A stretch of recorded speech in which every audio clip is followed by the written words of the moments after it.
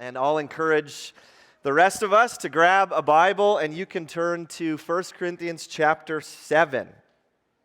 So my wife and I were coming up on 12 years of being married, and so when we were engaged, we tried to find a place where we could do some premarital counseling, which I would recommend for anyone getting married. It's really good to just sit with another couple and talk through some stuff, but time was short and we couldn't find a couple that wanted to commit to doing sessions with us, but there was a church that was putting on a one-day Saturday, 8 hours, you and 40 other couples doing some premarital counseling with the instructor, which I wouldn't necessarily recommend, but we went and it was fascinating at the beginning. So it's me and Molly and then 39 other couples there, and the instructor was like, "I would just love to hear why you're all here. What brought you here?" And I kid you not, every single couple said, "Our pastor is making us do this. Our priest won't marry us unless we do this," and just on and on and on and on, all around, all 39 other couples. So me being the nonconformist, well, why are you here? And I tried to be very happy, and I'm like, I just want to invest in my future marriage. And they all roll their eyes at me. I don't have to be here. I want to be here, right? And we didn't make a lot of friends in that class. But throughout the whole day, there were parts, principles that we could apply to our relationship. How do you have a good fight? How do you fight well when you disagree? And your finances and the family of origin that you came from, all of these things, different principles for marriage. And it wasn't ideal that it was just a one-day thing, but it actually helped us learn some principles that we could use to have a healthy marriage. In our study in 1 Corinthians, we're kind of turning a corner now, and in chapter 7, the tone shifts a little bit, and Paul is actually going to give some principles for Christian marriage. In chapters 1 through 6, Paul has been addressing the sin and failures that the Corinthian church was a part of, but it seemed like they were kind of unaware of it, weren't they? In chapters 1 to 6, Paul had to go, what are you guys doing? You're forming teams around the most popular teachers, and there's a guy who's sleeping with his stepmother, and you're just unaware of what's going on. So Paul addresses sins and failures that the church just seemed to go, "Oh, we had no idea that was wrong," or "We didn't see it that way, Paul." And now in chapter 7, it's like Paul changes the tone a little bit, and he actually begins to address concerns that the Corinthians had written him about. Specifically in chapters 7 through 10, Paul is giving some direction and clarification in response to a letter that had been written to him. And so chapter 7 specifically, Paul dives into some principles for Christian marriage. He's going to talk about a married couple's sex life. He's going to talk about celibacy for the unmarried. He's going to talk about remarriage for widows. He's going to talk about decisions related to divorce. He's going to talk about decisions on whether you should get married or not at all. And so what is really happening in chapter 7 is Paul he's answering a worldview problem the Corinthians had. And that worldview problem was messing up their marriages and their view of singleness and their view of divorce. Now, here's the problem for us in our day and age. We do a few things with passages like this about marriage and divorce. One, some people downplay what Paul says about marriage and divorce, and what Jesus says for that matter, and we make excuses for why it seems just way too harsh that Paul would say stuff like that. There's got to be some wiggle room, and oh, really, Jesus and Paul, that's the line that you're going to hold? And so many of us will hear passages like 1 Corinthians 7 or Matthew 19, and we'll just go, I don't like that very much. And then we downplay it. Then the other half of you will attempt to make these passages say things that they actually don't say. And you will draw lines in the sand around marriage and divorce and remarriage that actually aren't in here. So that's the problem. So I joked with someone. I said, this week I'm just going to upset everybody. Because we do that. We fall into usually one of two camps. Either it's like, I don't think that applies to us, or we're like, this is what it says, and it actually doesn't say that. So let me give you some things to consider as we work our way through chapter 7. Paul is not giving a marriage manual for every possible scenario related to your marriage. Paul is not giving us, here are my systematic thoughts fully on marriage. He doesn't do that in 1 Corinthians 7. Paul is answering a specific question the Corinthians had about sexuality and marriage, and in his answer, he lays out principles for marriage, but this is not everything that the Bible has to say about marriage. So keep that in mind, right? Don't make the passage say things that it doesn't say. Or on the other side, don't just ignore the passage because you don't like what it says. We want to know what are some principles that God is laying out for us. So here's my goal. I want to work through verses 1 through 16 this morning. And Paul is going to address 4 different scenarios, 4 types of people. 1, he's going to address married couples. 2, he addresses singles. 3, he addresses divorce among Christians. And then fourthly, he addresses divorce when there's a mixed marriage. One person is a believer and one isn't, right? So I think that hits just about everybody in this room, that it applies to us. And so I just want to work through the passage and go, what are some principles that God is giving us on marriage, singleness, and divorce? So starting in verse 1, here is the context of chapter 7. Paul says this, "Now concerning the matters about which you wrote, it is good for a man not to have sexual relations with a woman." Now, pause before all the guys are like, no!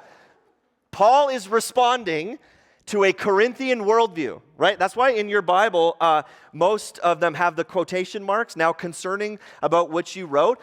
That is what the Corinthians wrote Paul. They said, Paul, is it true that it's good for a man not to have sexual relations with a woman? That's the question that Paul's responding to in chapter 7.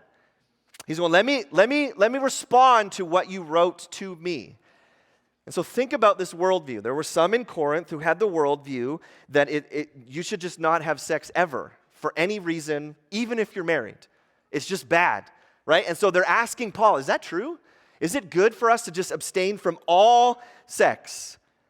Now, let me remind you of the dualistic Gnostic worldview that was going on in Corinth, right? From last week, they had this kind of dualistic thinking where the body was bad and your spirit was good. You're kind of split into two, and the world is split into two. Material stuff, that's of no consequence. It's bad anyways. God's going to destroy it. The spiritual realm is all that matters, right? That was their worldview. And so last week we saw that this was leading some people in the church of Corinth to just do whatever they wanted with their bodies. So if I go visit a prostitute, who cares? My body means nothing anyways. God's going to destroy it. I can do that. And yet there were others who had the same worldview, body, spirit, split, that thought, well, anything related to the body is just unworthy of us spiritual people, right?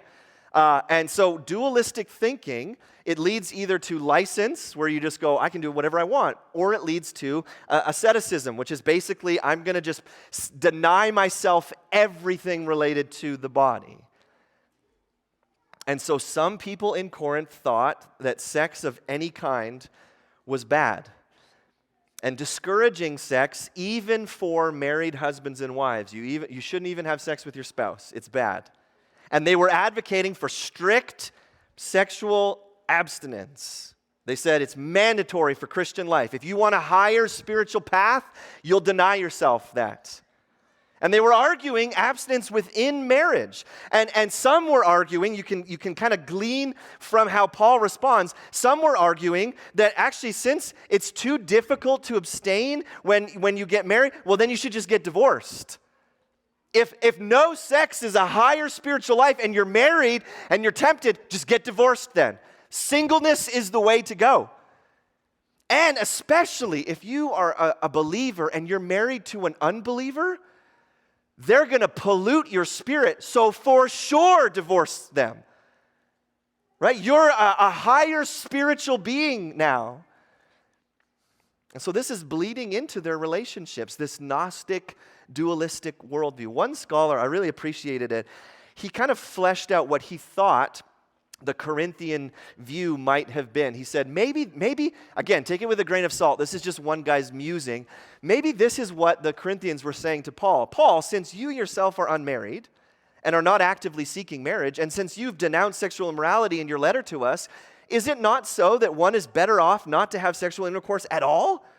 After all, in the new age, which we've already entered by the Spirit, there's neither marrying nor giving in marriage. Why should we not be as the angels now?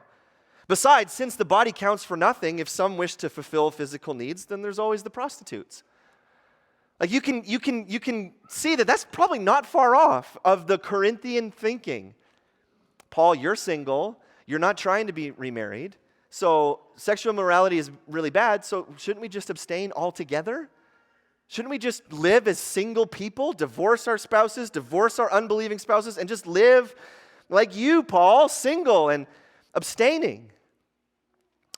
So for the rest of the chapter, Paul's responding to verse 1. Right? I want you to remember that. What is the context of chapter 7? Paul didn't sit down and say, let me write my marriage book. He's responding to that worldview, this kind of twisted worldview that is affecting their marriages and affecting their singles as well. And so Paul is going to go through and address each one of these groups related to verse 1. So firstly, Paul addresses sex within the context of marriage. So he continues in verse 2. But because of the temptation to sexual immorality, each man should have his own wife and each woman her own husband. The husband should give to his wife her conjugal rights, and likewise the wife to her husband. Praise God. For the wife does not have authority over her own body, but the husband does. Likewise, the husband does not have authority over his own body, but the wife does.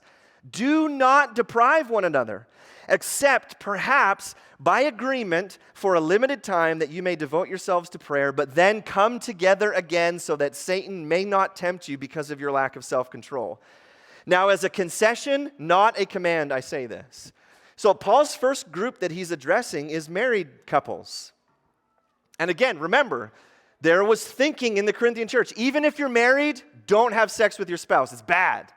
And Paul is addressing that. He says, no, in verse 2, each man should have his own wife and each woman her own husband. And he gives the reason why, because of the temptation to sexual immorality. Now, some have read this and have accused Paul of having a really low view of marriage. Right? It's just because of sexual temptation that we get married, Paul? Really? Because of sexual immorality, a man should have his own wife and a wife should have her husband. Is that all you think of marriage, Paul? But Paul's not arguing why marriage is a good thing. He's arguing why married partners should not withdraw from conjugal relations. And the word to have in verse 2, each man should have his own wife and each woman her own husband, that word is used all throughout Scripture as a euphemism for sexual relations. So he's not saying the only reason you should get married is because you're tempted sexually. He's talking about you should have a regular, healthy sex life with your spouse because it's one of the ways that you deal with the temptation to sexual immorality. Right? Even in chapter 5, what does Paul say?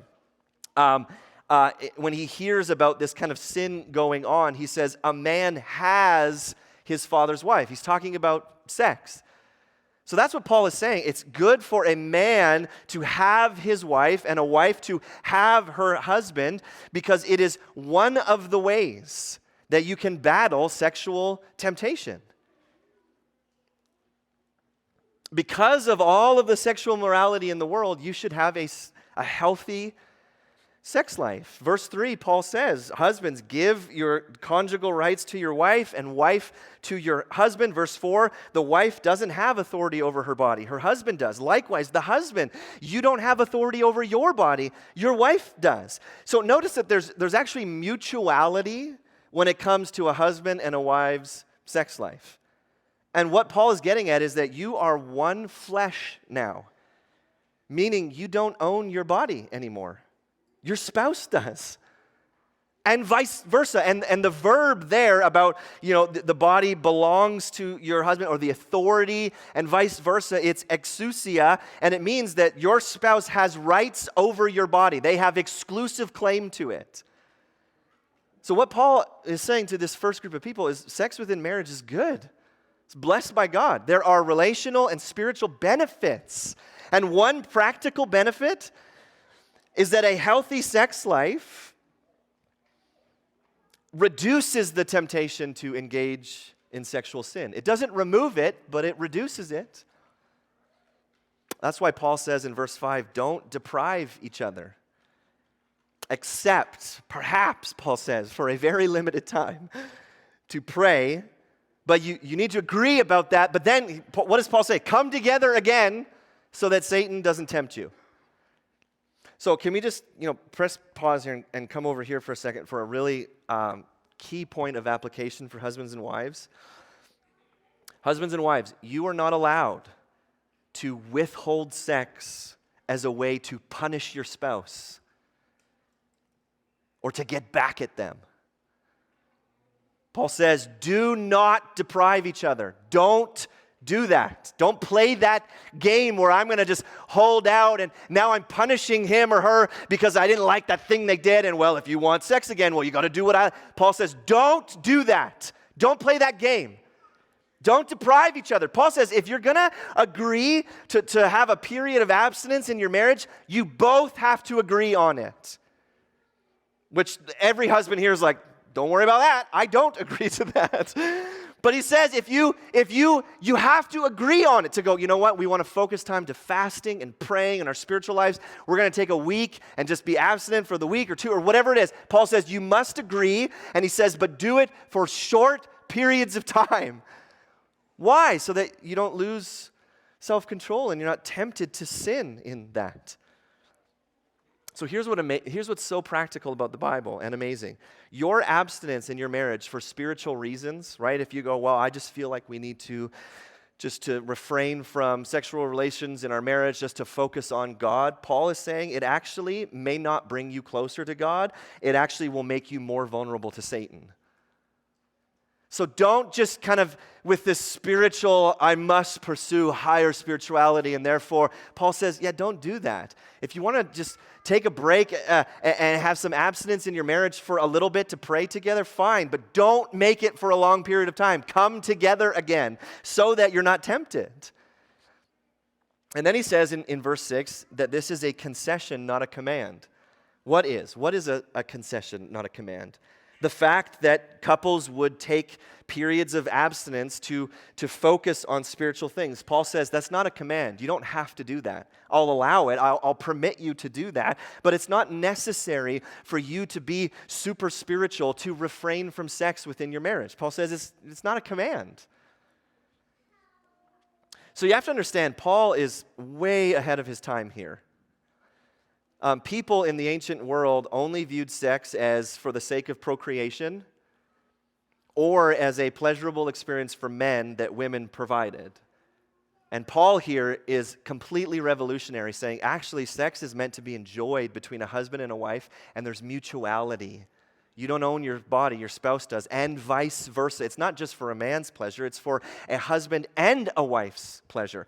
Many scholars actually think that Paul is the first person in the ancient world to have this viewpoint. They go, this is revolutionary that an apostle would say, sex is not just for procreation and not just for a man, it's to be enjoyed by a husband and a wife together. So Paul says, don't deprive each other. So, right, Paul's answering the question, is it good for a man not to have sexual relations with a woman, even within marriage? Paul says, no, of course not.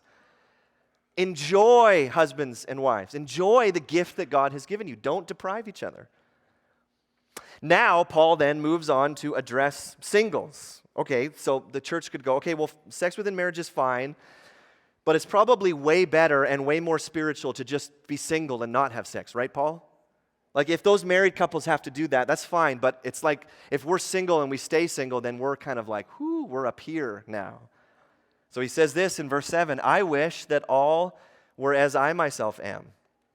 He's talking about being single. But each has his own gift from God, one of one kind and one of another. To the unmarried and to the widows I say that it's good for them to remain single as I am, but if they cannot exercise self-control, they should marry, for it is better to marry than to burn with passion. So Paul says, I wish that you could all be like me. We know, and there's debate, was Paul previously married and then his wife left him, or was he always single? We just don't really know for sure. But we know that Paul is, in this moment, he's single. And so he says, I wish you guys could all be like me and just remain single. But, Paul says, but it's a gift. It's a gift from God. Some are gifted to be married. Some are gifted to be single. And Paul says to the unmarried and to the widows, those who have lost their spouses, he says, I think it's good if you can remain single like I am. But if you can't exercise self-control, well, then it's better to just get married. It is better to be married than to try and pursue what you think is a higher spiritual calling and just trying to white-knuckle it and burning with passion. Paul says, just get married then. Right? Singleness is not a step above getting married. He says it's a gift. God calls some people to be single, and God calls some people to be married. But why would Paul say that he wished that everyone could be single like him? I think singleness allows more service to the gospel. You can actually concentrate all your energy on gospel proclamation rather than the distraction of a partner. Now, don't get mad that I called them a distraction. Paul says that later on. He says, a married person has a lot more distractions than an unmarried person. Right? Your family, your wife, your children, your husband. You have all of these extra responsibilities. Paul is saying a single person doesn't have those. They can pour way more energy into the gospel. But Paul does concede that it just doesn't work for everyone. For some, the desire to have a partner is a distraction from the gospel priority. And so what you need to hear if you're single, having sexual desires and wanting to get married is not a sin. It's not that you're going, I'm now going to be lesser on the spiritual levels because I had to get married because I couldn't control myself. No, Paul says singleness and marriage, they're both gifts from God. One is not more holy than the other. And Paul, we're gonna leave that there because Paul, later on in chapter 7, he's going to dive way more into the topic of singleness. But he's addressing their concerns, right? If all sex is bad, well, then it's better if we all just stay single, right? That's more spiritual. And Paul says, no, it's not. Singleness is a gift from God. Marriage is a gift from God. Thirdly, Paul talks to those married couples who are maybe toying with the idea of divorce, right? Because if marriage is, or if abstinence is preferred spiritually, right? That's their worldview. And I'm married, well, I want to be a deeper spiritual person. Maybe I should just divorce my spouse and be single like Paul is. And so what is Paul's answer to that? Verse 10, to the married I give this charge, not I, but the Lord. The wife should not separate from her husband, but if she does, she should remain unmarried or else be reconciled to her husband. And the husband should not divorce his wife.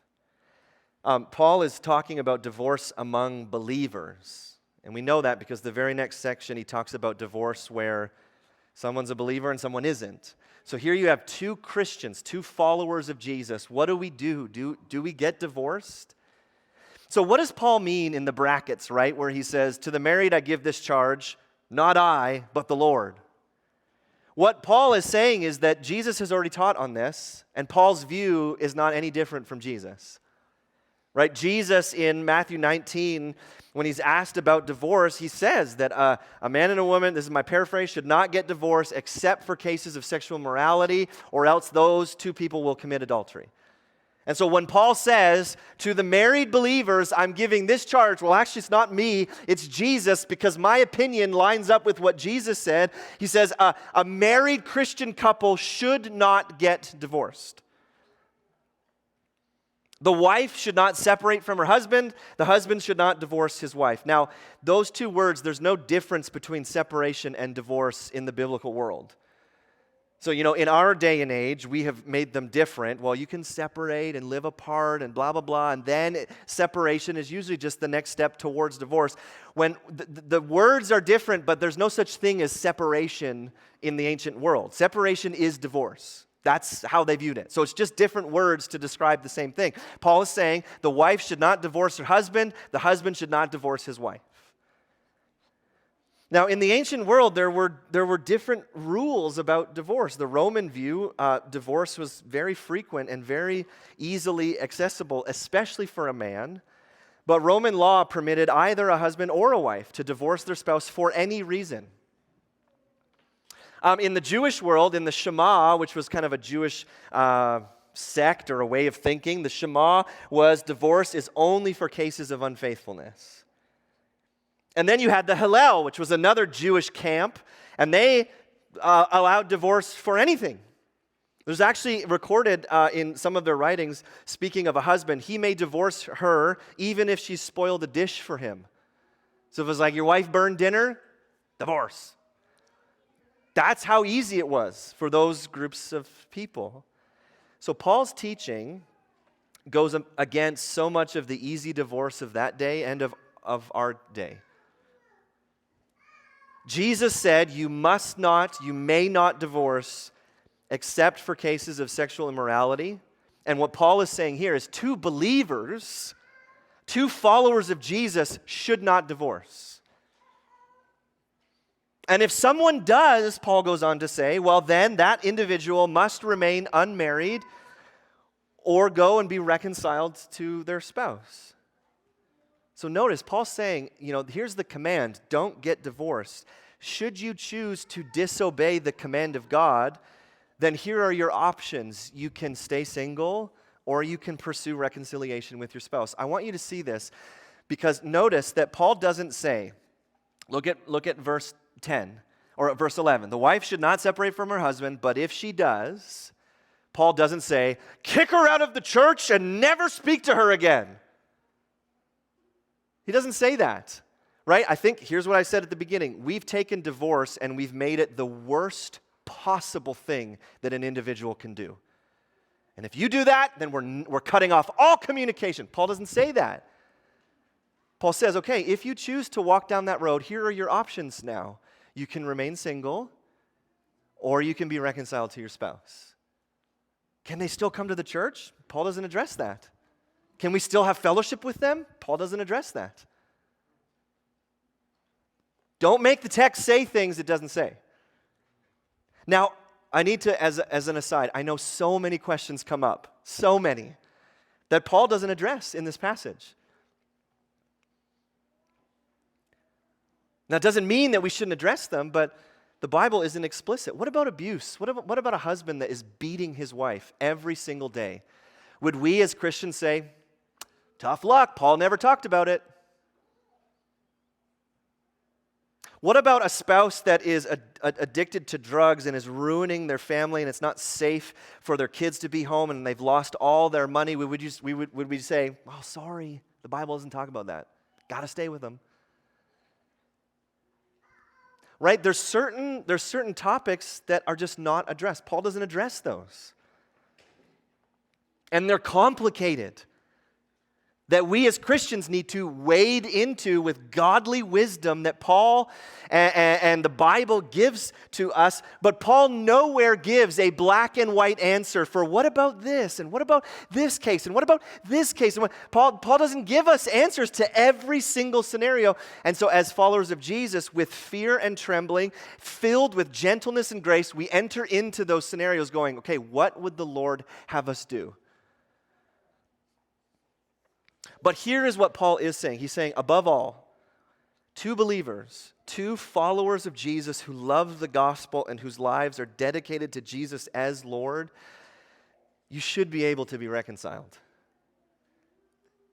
And as harsh as it sounds, Paul says, you should not pursue divorce. And if you do, you should remain single or be reconciled. See, notice though, like how Paul's addressing that question. Should we just divorce our spouses? He goes, no, you shouldn't. In the easy divorce culture of his day, it would be really simple for couples who are married to go, well, abstinence is better, we're more holy, let's just get divorced then. And Paul says, no, don't do that. Be reconciled to each other. Be restored to one another. Lastly, last group of people Paul addresses. Remember the question Paul's answering. Is it good for a man not to have sexual relations with a woman? Paul has answered, well, no, you don't need to remain celibate in marriage. Sex is a great gift from God for husbands and wives. No, you don't need to just divorce your spouse because you want to be abstinent. And no, singleness is not superior or more holy than being married. Lastly, it's like they've asked him, well, what do I do if I'm a follower of Jesus and my spouse isn't? Like, am I being tainted by them spiritually? Should I just divorce them because they don't follow Jesus like I do? Here's what Paul says. To the rest I say, verse 12, I, not the Lord, that if any brother has a wife who is an unbeliever and she consents to live with him, he should not divorce her. If any woman has a husband who's an unbeliever and he consents to live with her, she should not divorce him. For the unbelieving husband is made holy because of his wife, and the unbelieving wife is made holy because of her husband. Otherwise, your children would be unclean, but as it is, they are holy. But if the unbelieving partner separates, let it be so. In such cases, the brother or sister is not enslaved. God has called you to peace. For how do you know, wife, whether you will save your husband, or how do you know, husband, whether you will save your wife? Notice that Paul says again, to the rest I say, and then in brackets, I, not the Lord. What does he mean by that? He means that Jesus specifically never addressed this topic. Jesus never said, well, here's what you do if one of you loves God and one of you doesn't. So Paul's saying, I'm kind of wading into this territory. Jesus never commented on this. Now, that doesn't mean that it's any less authoritative. Right? Paul, as an apostle, he has the authority to say, thus saith, this is God's command. But all he's saying is, well, Jesus never addressed this. Jesus never talked about married couples where one's a believer and one isn't. So here's another aside, okay? You can see just kind of the mess of the situation when one spouse is a believer and one isn't. So to all the singles in the room, my greatest advice to you to avoid this, don't marry someone who doesn't love Jesus. I did young adult ministry for years. And young adult ministry is interesting because I was married at the time, but you can just feel the tension of all these young adults I need a husband, I need a wife. And you can cut the tension with a knife, right? And they're all coupling up and things like that. And so I would talk with different people who had started dating people. And, oh, Andrew, I just started dating this new guy and he's amazing. And I would go, great, does he love Jesus? Well, I mean, he's just he's so great and he loves me so well and he takes care of me. Great, does he love Jesus? We're so in sync and all of our likes and dislikes are the same and he's so good looking. Great, does he love Jesus? All that other stuff pales in comparison. Who is his Lord? But we do that, don't we? Well, is it that important? Yes. 2 Corinthians 6, God commands us not to be unequally yoked with unbelievers. So you will save yourself a lot of heartache. If the main box that your potential partner has to check is, do they love and serve Jesus? So clearly, there were some in Corinth who the gospel had awakened their hearts and they had become believers, but their spouses hadn't. And so what do you do? Right? I hear the gospel, I surrender to Jesus, and yet my spouse says, nah, I'm okay, I don't want anything to do with that. Should I divorce them? Paul says in verse 12, no, don't divorce her, don't divorce him. And then in verse 14 he says, actually, your unbelieving spouse is made holy because of you. So what in the world does that mean? And your children. Here's what it can't mean. It can't mean that people are sanctified and saved by proxy. right? Just because I'm being sanctified doesn't mean that my spouse and kids are holy because I'm holy and God's working in my life. We know that it doesn't work like that, right? God sanctifies each individual person. But here, I think, is what Paul is getting at, is that if you are a follower of Jesus and your spouse and maybe your kids aren't, your home will now be filled with the influence of the gospel. I mean, your unbelieving spouse and kids are going to hear about Jesus all the time now, hopefully, right? One scholar wrote this. He said, continuing the marriage, this between a believing spouse and an unbelieving spouse, accords with God's design for marriage, and it should be hallowed as a sphere in which God's holiness and his transforming power operate. Right? Paul says, who knows? Like, you might end up, through your influence in the home, you might end up saving your spouse. And so he says, it's like they're in the bubble of your home, and you are holy and being sanctified, and it kind of affects them. So no, you shouldn't just divorce them because they don't believe. But in verse 15, Paul says, he gives this caveat. However, if an unbelieving partner wants to separate, he means divorce. He says, you as a believer are not required to fight and hold on to that marriage. If your unbelieving partner says, I'm done, I can't handle this, I don't want to be here, I'm leaving, we're getting divorced, Paul says, you can let it be so. You are not enslaved. You're not obligated to seek reconciliation if you're abandoned by your unbelieving spouse. God's called you to peace. You can be at peace if your unbelieving spouse wants a divorce. You haven't sinned by allowing that to happen. But he says, but you as a believer, you don't pursue divorce with your unbelieving spouse. Who knows? Maybe God's going to use you to save them. Now, right away, right, there's questions that come up that Paul doesn't answer. Well, if I'm abandoned by an unbelieving spouse, am I allowed to get remarried? He doesn't say. And so that's one of those areas that we wade into with godly wisdom and with grace and with gentleness, going, what would the Lord have for you in this situation?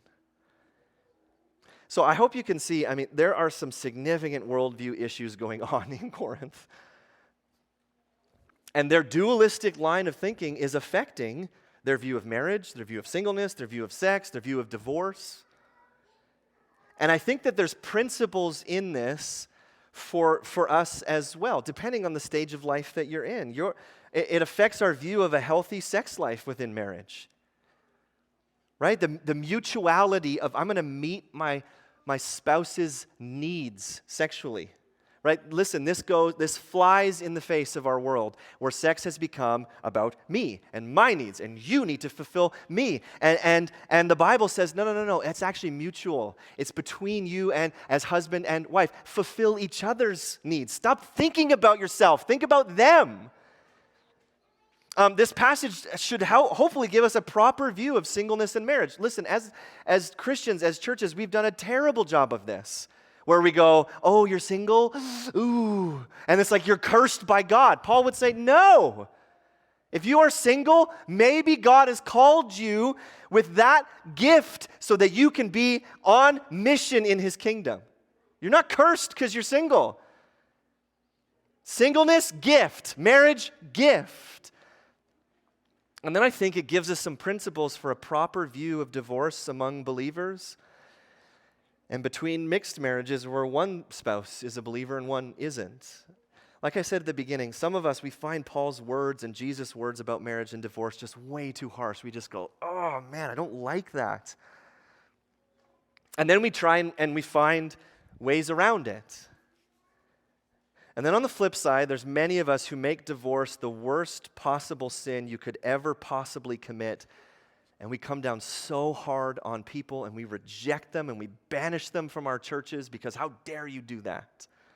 Neither of those responses are appropriate.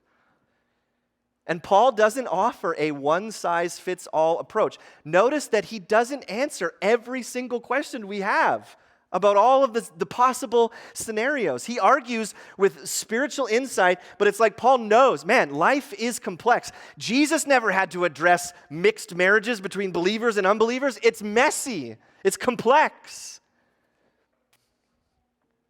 But here's what I want to leave you with above all. So if you're married in the room, and you might find this weird to hear your pastor say this, would you pursue a healthy sex life in your marriage? Don't deprive one another.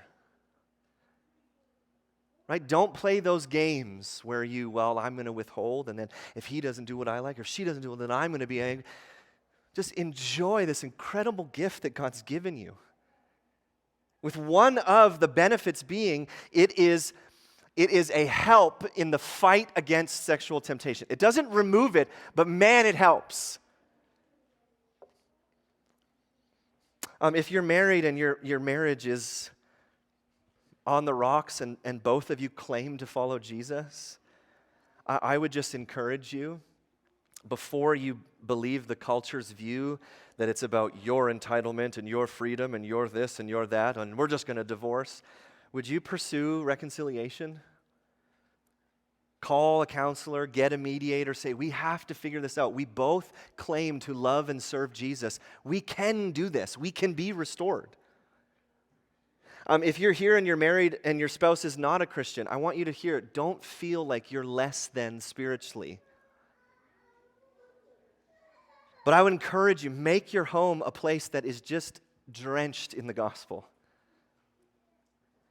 Paul would say, who knows? Maybe God's going to use you to save your spouse. And if you're single, maybe you can just rest in the season that God has you in and use it to pour into the kingdom of God. But I think above all of us, whether you're married, single, divorced, separated, whatever it is, we need much wisdom and grace as we navigate the complexities of life. As I read this passage, I just went, man, because of sin, life is just so complex now. And it's like, Lord, have mercy on us as we wade into the mess that we make. And that we would have gentleness and grace and truth and mercy for one another as we go. We got to navigate all of these hard situations. And above all, we just need to cry out to Jesus for wisdom, don't we? So, Father, I just thank you for your word. God, I'm just amazed week after week after week of how practical the book of 1 Corinthians is. It speaks to so many things that we deal with in our own culture. And I know that a passage like ours this morning, it affects everyone in the room. Because either we're married,